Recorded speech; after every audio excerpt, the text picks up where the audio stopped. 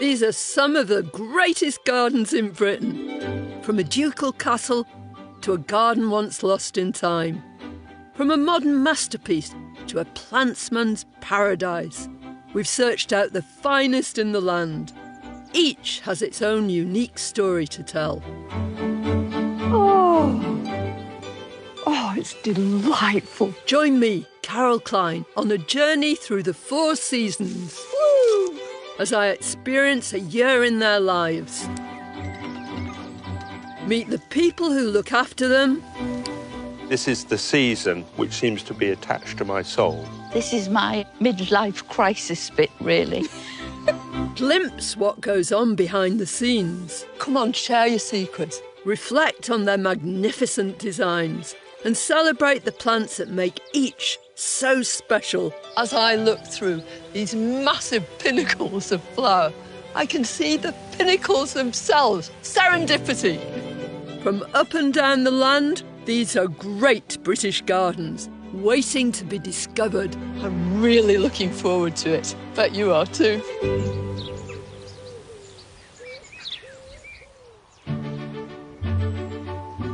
This is Wollerton Old Hall Garden. Set around a 16th century house, it's a beautiful and intricate 4-acre oasis in the English garden tradition, with echoes of the Edwardian arts and crafts style. With its traditional craftsmanship, sympathetic architecture, elegant topiary hedges and deep borders, it looks like it's been here for 100 years. And yet, it may come as quite a surprise to learn that this magnificent garden was created from scratch by its owners, Leslie and John Jenkins, in just 36 years.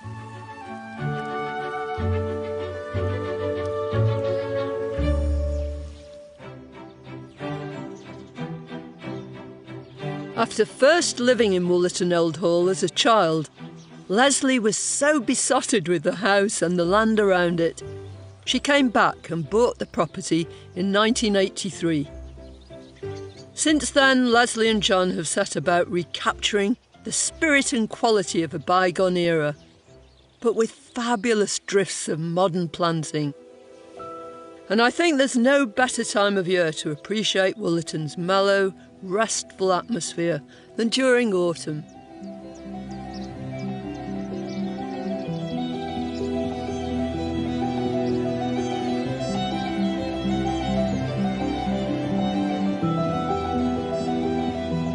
Laid out as a series of linked garden rooms, Wollerton is full of unexpected corners and vistas that change dramatically with the seasons. Even in autumn, there are bold bursts of colour, especially here in the sundial garden, which is overflowing with asters. You come into these borders and you just know it's autumn. We all know them as Michaelmas daisies, and you don't see them at any other time of year. They actually depend on shortening day length and lowering temperatures to produce their flowers for the flowers to open. These asters actually take their names from the Latin names of places on the eastern seaboard of the United States, including New England, Novi Anglii. I love these asters. They're always tall and very, very visible, almost always in vivid wine sort of colours, clarets and purples. But the thing is, they establish the season. They let you know that autumn's well and truly here. Wollerton Hall dates from the Elizabethan era, with a timber-framed house making a perfect backdrop for the beautiful garden. Leslie and John have created 16 garden rooms, cleverly defined by walls, hedges, topiary and paths that positively effervesce with an abundance of modern planting. There's a structured formality of the old garden and the lime allée, dissected by the crisp lines of the lower rill. Next door to that, the upper rill reflects a stately parade of box domes. To the right of the house is a peaceful shade garden. its muted colours another haven of tranquility. But further down from the house, Leslie's theatrical personality takes centre stage, with a dramatic explosion of colour all year round in the Lanhydrock garden. And that's where I'm meeting Leslie today, at the beginning of my year-long journey. I love the way you come through hedges and that. Woo! This is the heart and soul of the garden here, Carol. It's lovely. This is my midlife crisis bit, really, when I wanted to go for it, you know. So it's full of vivid colours and big foliage, and the whole thing bounces around, doesn't it? Yes, yes. Other parts of the garden, some of them are calm, but this one I wanted to explode when you walk through. There's this marvellous rhythm through everything. That's very deliberate, isn't it? Very much so, yes. I was looking at sort of form as well as colour and texture. You know, it's magic making a garden. Yes, but this bed in particular is beautiful. It's perfect. I worked very hard on this corner. I wanted the grass to be on the corner to look through at the muted colours. Yeah. And then when you go around the other part of it, of course, the colours, wow, in zing. Your face. Yes. Zing in your face, yes. This is a Malinia. It is, Heather Bride. It's one I don't really know, but it's just right for that purpose. But don't you think it takes years to do a border? You can't just plan it on paper and it works like that. I don't think it does. No, not at all. But isn't that one of the joys of the way you garden anyway? It is that you joyous. are constantly changing and experimenting. And I love these big structures. They're very useful, aren't they? Give a bit of height to the garden and also an excuse to grow something up them. If you needed any excuse to put plants in. But this is something else, Leslie. Could you get a more brilliant yellow than that? It's a Rudbeckia, isn't it? It is. Rudbeckia fulgida, I think. Yes. But in your garden, it's the plants you notice, but it's the structure that holds everything together. Was it always like this? No, not in a million years. There was nothing here at all when we returned to the house. Nothing at all? No, it was a field, really. Right. The cattle grazing in it. So we did island beds, and then we realised that it just looked wrong for the house and the ethos of the place. Totally wrong. I have to evolve. It's like painting. Yeah. You know, but the difficulty is you can scrape oil, can't you, off a canvas? Yeah. Once you've planted, you've got to wait to see what happens. The fearless, broad brushstrokes of her planting style keep Leslie's garden vibrant all year round. But her quest to produce picture-perfect landscapes means she needs a team around her who share her attention to detail. Stripping the bark? It's the most therapeutic job. Can I join in? You can indeed. And I'm looking forward to meeting head gardener Phil as he gives nature a helping hand with some beautiful Himalayan birch trees.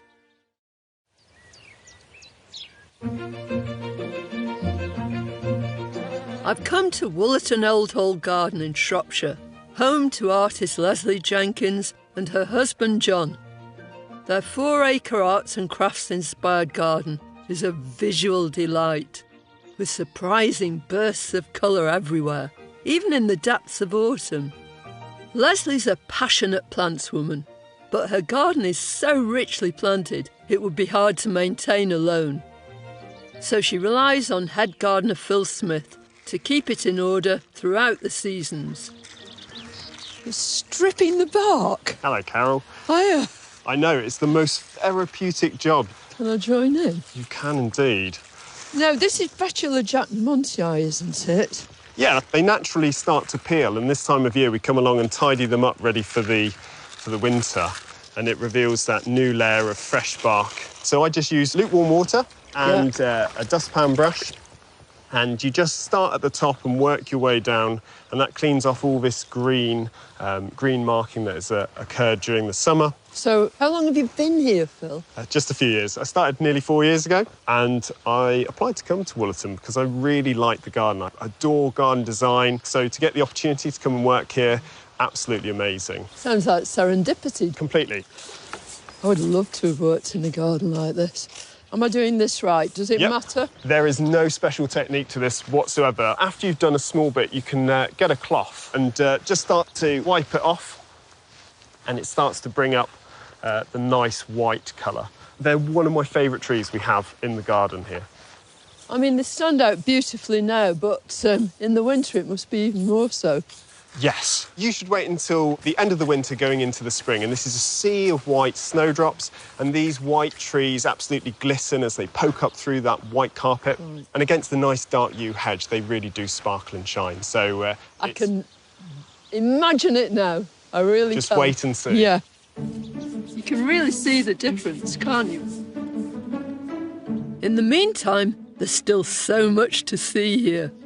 Everywhere you turn, there's a tantalising glimpse through a hedge or a dramatic gateway that open onto other beautifully designed spaces. It's pure theatre. To achieve this level of stage management, Leslie relies on the gardening team, a group of volunteers and the support of husband John. Are you meddling with your meddler? I'm meddling. I'm meddler. Yeah. It's the most glorious tree, but it's all on its own, John. We realised that when we put these big box domes in, the whole thing was out of balance, and we thought we need a tree here. So we got a meddler. Meddlers were at the peak of their popularity in the 1600s, when Wollerton Hall was built. So they would have been very familiar to whoever lived here then. Of course, the meddler has beautiful white flowers about that big. Which we'll see, won't we? You will, indeed. Yeah. But, of course, people are not interested in that. They're interested in these fruit. And they've got quite a few funny names, haven't they? They have, indeed. The French have got the funniest because they think that the top of the fruit looks like the rear end of a dog's anatomy. Yes. But they're edible. But there are all sorts of strange processes you've got to go through, aren't there? Well, the Elizabethans loved them. And people say it's either an incredible subtle taste or you can't taste anything. Oh, right. But the most important thing is you cannot pick it now. We've got to wait until it's bletted. Right. Bletted means rotten. Once the fruit has bletted, it can be made into a jelly. Do you want me to try for our next visit? Oh, what? Yeah. Yes. That'd be great, wouldn't it? Yes, it would, and you can all eat it. Oh, I would love that. Oh, absolutely right. Adore that. Well, I was going to throw them away, but I won't now. I'll pick them very, very carefully. It's something to look forward to, isn't it, Carol? It really is. Yeah. I love these domes. They're smashing. Each one took 5 men to lower it in on a tarpaulin into the hole. And then having put it in the hole, she said, oh, that one needs to come over here. So we get the 5 men back again. And move it a few inches to the left. Yeah.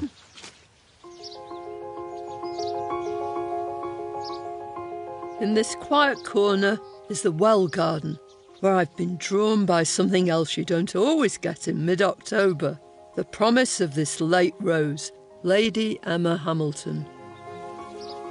Oh, it's the most exquisite perfume exuding from this rose. It's almost fruity, it's summery, really.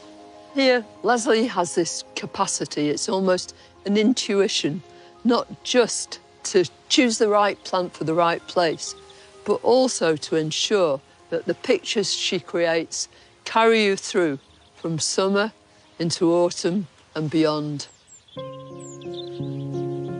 Wollerton's still so full of scent and colour. It's hard to believe a change of season is just around the corner. But the nights are drawing in, and it's time for the garden to change its coat for winter.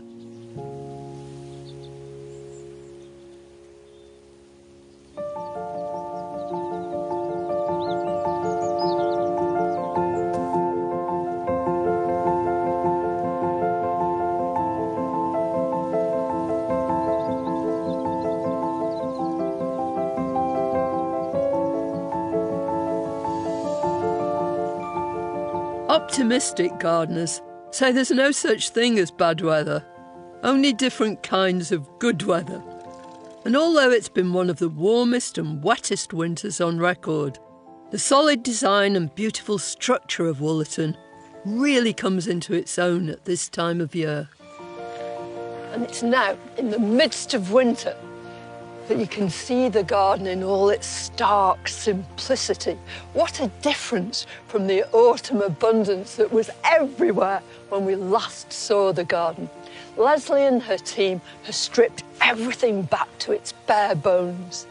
With just the skeleton of the garden on show, I'm reminded how Leslie's complex artistic vision has breathed life into what was once an empty field. Even now, there's drama on a grand scale around every corner. I just love the way your garden's all about sort of entrances and exits. It's very Shakespearean, it's very theatrical. It's funny you should say that, but I love theatre design. That's what I always wanted to do, really. And that's what you've done. You've created theatre within it too. When you look at things like these lovely yews, are they obelisks? I think they are obelisks, yes. Well, they are now, but when they went in, they must have been teeny. They were. They were little feathers, really. Yeah. And yet you still got in your mind's eye what you wanted to achieve with them. I mean, that's real vision, Leslie, and it's what you need, especially with a garden on this sort of scale. What do you do when they get too big? Call in Andy and Anya. Yeah. Are they the ones who are in charge of all the topiary? Yes, they are. And if you don't have room for dramatic yew spires, there are exciting planting ideas on a completely different scale in the woodland garden.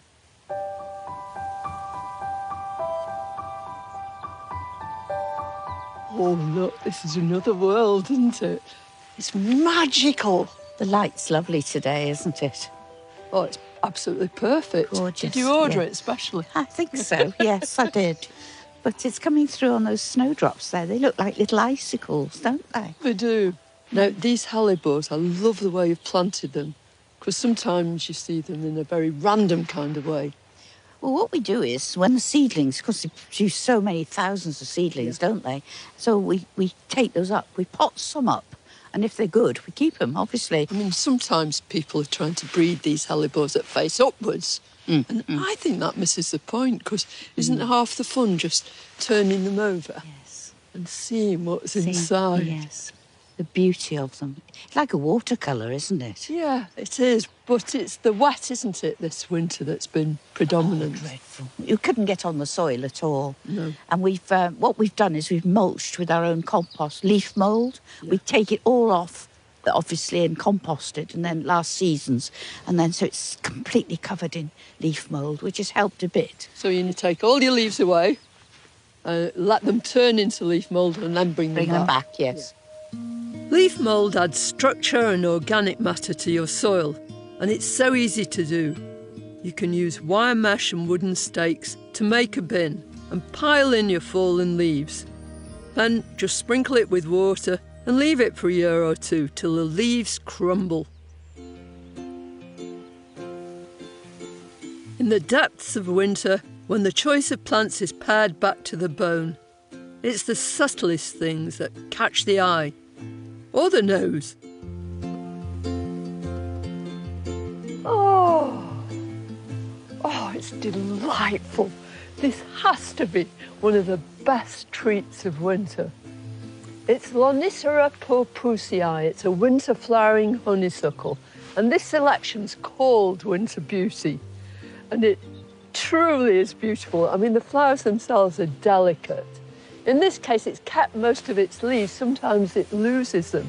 And in this winter cold and this bleak season, to smell something like this, it's just beautiful.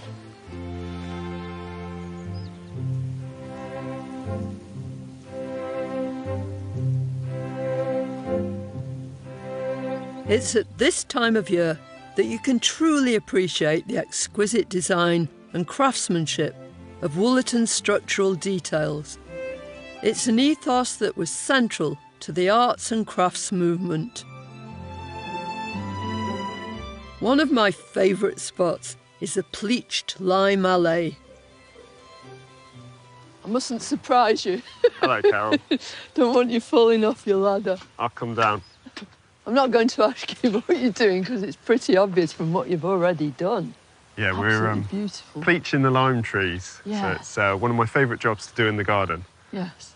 and has to be done at this time of year. Yeah, when they're dormant in the winter, and we're pruning off all of the previous season's growth back to the bare stems. So what's it called? This is Tilia platyphyllos rubus. It's a really common variety that you'll see certainly throughout Europe as well, being used for this purpose. And even though it looks lovely with this nice ruddy red colour, they look equally good, I think, when they've actually been bleached, and you take all that growth off to reveal this really architectural form that, certainly on a day like today, with the sun out, casts these beautiful shadows. Very dramatic, aren't they, when they're done? Would you like to get up the ladder? Yeah, with that.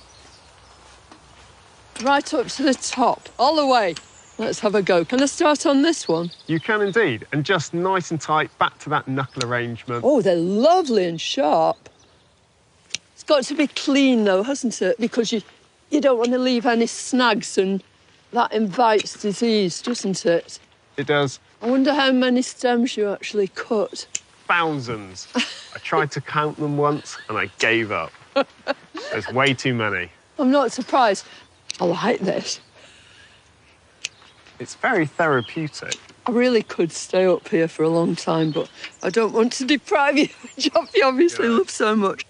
Oh, I did enjoy that. Thanks very much. It's the first time I've ever pleached a lime. G'day. It was wonderful. I've left you a few. Thank you very much. See you later. Beech and hornbeam can also be trained, as can apples and pears. But right now, I'm off to find out whether John delivered on the promise he made me in the autumn to make a jelly from the fruits of the medlar tree. What a treat! I'm glad you think so. So I'm dying to taste it. Right. After being boiled with water and sugar, the jelly was strained and put into jars. And now that he's a leading expert on this Elizabethan delicacy, John's brought us a Shropshire blue cheese to try it with. Ta-da! Very crumbly cheese. Lovely and crumbly. How gorgeous. Are you dolloping it on the top? I'm going to eat it separately. That. Are you? Yeah. 1, 2, 3.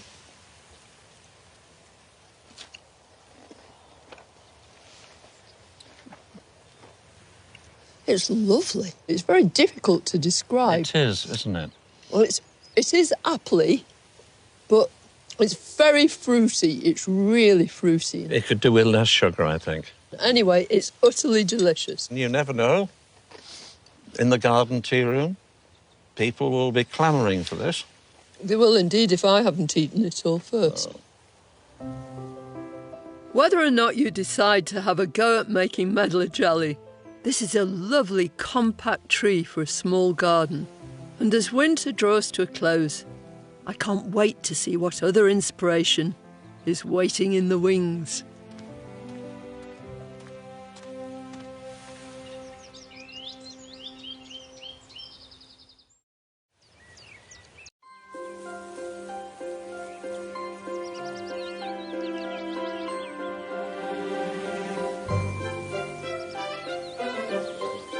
The winter storms and rainfall that have battered the country are over, and with the lighter days of spring, lush shades of green and much longed-for colour are surging in the garden. The trees are performing their yearly trick of looking new again, and thousands of bulbs planted months ago are jostling for position in every border. It's one of Leslie's favourite times of year. It's a bit of a cliché, what I feel about spring, but it's the beginning. You've had winter to plan and design, and then all of a sudden you can get out there and you can actually do things. And it is a wonderful feeling. Leslie's mad about tulips, and pots crammed with a mouth-watering variety splash a rainbow across the front of the house. I just adore them. I love the water lilies, the pom-poms, all sorts of colours. The long borders, which are such a feature of arts and crafts gardens, are beginning to soften the hard edges of Wollerton's bones with their natural drifts of colourful planting. With 16 individual gardens, each with its own character, It's a busy time for head gardener Phil. I like spring. Spring's brilliant, especially April going into May. And I think it's because of the choice of greens that come up. They're really fresh and vibrant. This is the spring bulb border, which we created about 3 years ago. Leslie calls it her tapestry Persian carpet. So it's a real kaleidoscope of colours. We've got everything in here. We're weaving plants together. The tulips, throw caution to the winds with the colours.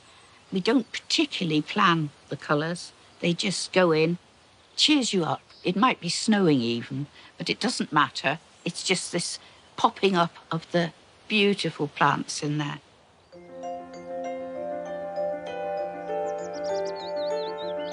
Every tree, shrub and flower has been carefully chosen and positioned to play its part in the series of artistic compositions that make up Leslie and John's garden. In the shade garden, snowdrops and hellebores that look so fresh and delicate here in the winter have given way to a host of colourful spring woodland perennials. We've got lots of erythroniums and we've got trilliums. We've got other plants starting to come through. So we've got pulmonarias and dicentra, and that colour continues all the way through into early summer. Leslie knows just how to highlight and set off the different shades of green with a paler flower or a shrub that will catch your eye, like this Pittosporum Irene Patterson. When the foliage is new, it's very pale green, almost white, and then as it matures, the green within the leaf gets darker and the pale parts get lighter, creating a lovely marbled effect. At this time of year, it's smothered in lots of tiny chocolate burgundy flowers, so discreet you almost miss them. But it's the foliage that's so distinctive. And if you're into flower arranging, it's a perfect evergreen shrub for your garden. One of the most joyful corners of the garden is a small space tucked away behind the stately grandeur of the pleached lime alley. Alice's garden is one of Leslie's favourite places to sit and enjoy all the best things about spring. It's a cottage garden, really, and lots of little things in that. Primroses, got to be one of my favourites. Primrose, beautiful little things. And then, of course, we've got the little water feature, and that's lovely with the blue tits. All the birds are making nests and diving in there and off. It's all busy in there. And sitting here brings back fond memories for Leslie. We named Alice's garden after a very favourite ugly little cat. She was the runt of the litter, but she was very sweet. And she got something wrong with her voice. She sort of croaked when she meowed, and she always slept there. While the wildlife is flourishing, there are plenty of spring jobs for the team to be getting on with.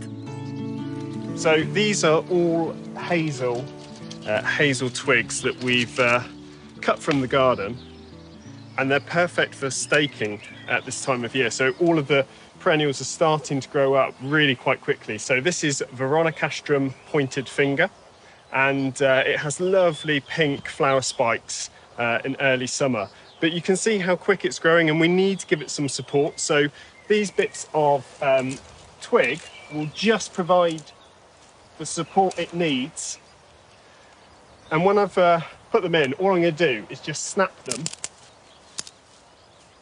and bend them over the actual clump. And what will happen are the shoots will start to grow up through the bent over twigs, and it will just give it the support it needs. You can buy twigs, and they're very expensive.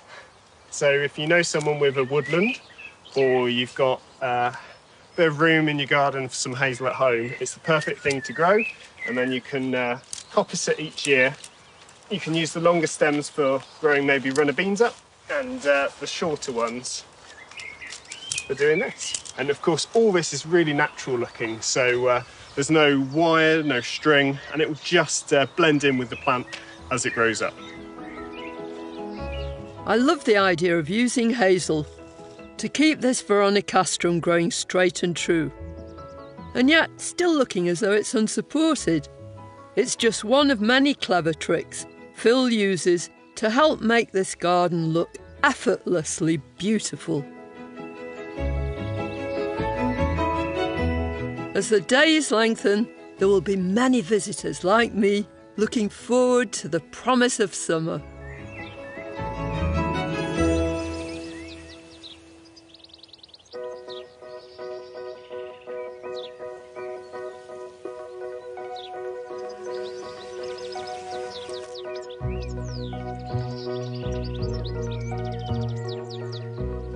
It's summer at Wollerton Old Hall. Days stretch into each other. There's vivid colour and the smell of mown grass. Everywhere, scents hang in the air. With the sun on full beam, every dazzling aspect of the garden is illuminated in all its elegant beauty. And the Lanhydrock garden, where I first met Leslie in the autumn, is now a blaze of colour. This has to be one of the most exciting, the most vibrant parts of the garden. And though it's fairly big and quite open, nonetheless you get this feeling of intimacy as you walk around it. It's all about you and the plants. Look at this ostrom area. It's positively sizzling, it's on fire. And then you move into these red salvias. Leslie combines colours and she uses lots of tricks and devices to make all these oranges and reds really glow. She puts in plants with brilliant blue flowers just here and there arranged amongst them. They're the opposite end of the colour spectrum, and that makes the reds and oranges even more so. It's a really clever technique and one that all of us could use in our own gardens. You just don't know where to look first. When you come across this great big achillea, you think it's just for your benefit. You know, it's all about this moment, these beautiful flat plates of gold. When we were here back in the autumn, it was all about texture. It was all about that mellowing of colour and things undulating, all about form. But now, it's all about colour. The whole place sizzles. The whole garden is just on fire.